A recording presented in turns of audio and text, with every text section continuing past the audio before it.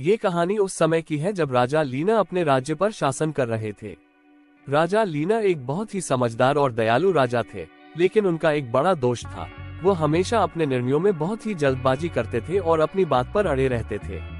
उनके राज्य में कोई भी व्यक्ति उनके निर्णयों का विरोध नहीं कर सकता था, क्योंकि राजा को अपने निर्णयों पर बहुत गर्व था। राजा लीना के राज्य में लोग खुशहाल थे, लेकिन राजा की इस कमजोरी की वजह से कई बार मुश्किलों का सामना करना पड़ता था। एक दिन राजा लीना ने सुना कि उनके राज्य में एक बहुत ही प्रसिद्ध पंडित आए हैं। पंडित जी का नाम था विष्णु शर्मा।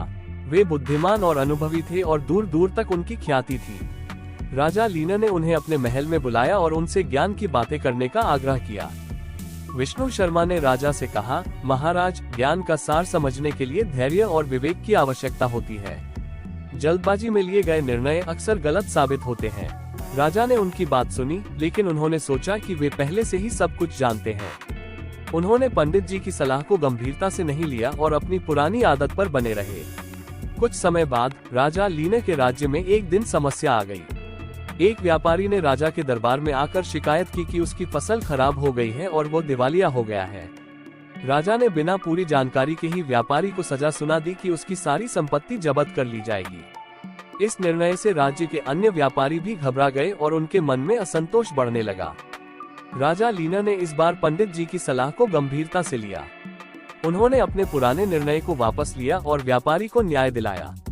इसके बाद उन्होंने अपने राज्य के लोगों के साथ संवाद शुरू किया और उनकी समस्याओं को समझने की कोशिश की। धीरे धीरे राज्य में शांति और संतोष लौट आया। इस घटना के बाद राजा लीना ने अपने जल्दबाजी में निर्णय लेने की आदत को छोड़ दिया और एक समझदार और विवेकी शासक के रूप में प्रसिद्ध हो गए। उनका राज्य फिर से खुशहाल हो गया और लोगों में उनका सम्मान और बढ़ गया। इस कहानी से यह शिक्षा मिलती है कि निर्णय लेने में विवेक और धैर्य का बहुत महत्व होता है।